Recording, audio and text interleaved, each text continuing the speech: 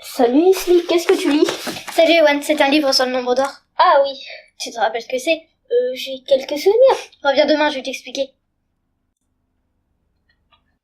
Pour m'aider, j'ai appelé Liv et Lana. Salut les filles. Salut! Bonjour! J'ai entendu dire que vous parliez du nombre d'or. Oh non, pas elle. Mais qui êtes-vous? Mais enfin, c'est moi, la grande, l'unique, la magnifique, l'extraordinaire Shannon Looper. Ah oui, j'ai entendu parler de vous.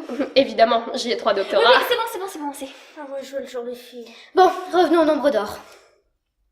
Je me souviens que le nombre d'or est égal à 1 plus racine carrée de 5 divisé par 2, soit à peu près 1,618, 0, 3, 3, et je peux continuer cela infiniment. C'est tout à fait cela. Il s'écrit également phi et a de nombreuses propriétés. Par exemple, son carré est égal à phi plus 1, ce qui veut dire que si nous le multiplions par lui-même, cela revient à lui ajouter 1. Mais enfin, tout le monde sait ça. Vous le savez, mais tout le monde n'est pas comme vous. Heureusement. Évidemment, je suis unique. Bon, revenons au nombre d'or. Leslie, tu nous as dit que le nombre d'or avait de nombreuses propriétés. Peux-tu nous en dire plus?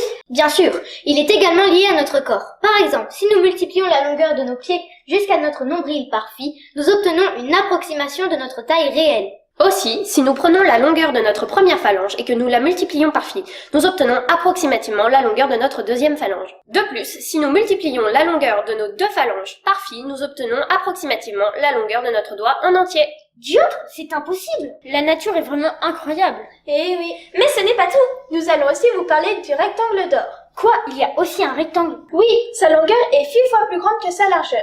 Par exemple, si un rectangle a une largeur de 5 cm et une longueur d'environ 8 cm, c'est un rectangle d'or car 5 fois environ 1,618 est égal à environ 8. Sapristi, vous m'épatez.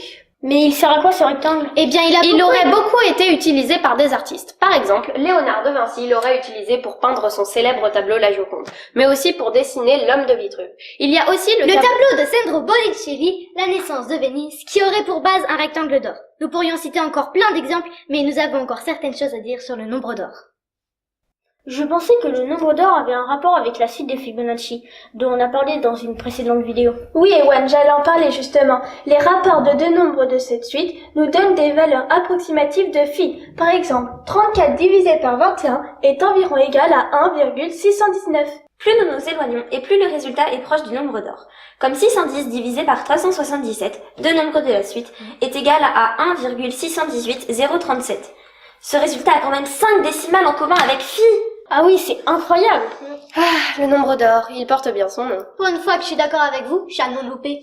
Arrêtez de tous m'appeler Shannon Loupé. Ça se prononce Shannon Looper. C'est pourtant pas compliqué. Vous êtes bête ou quoi?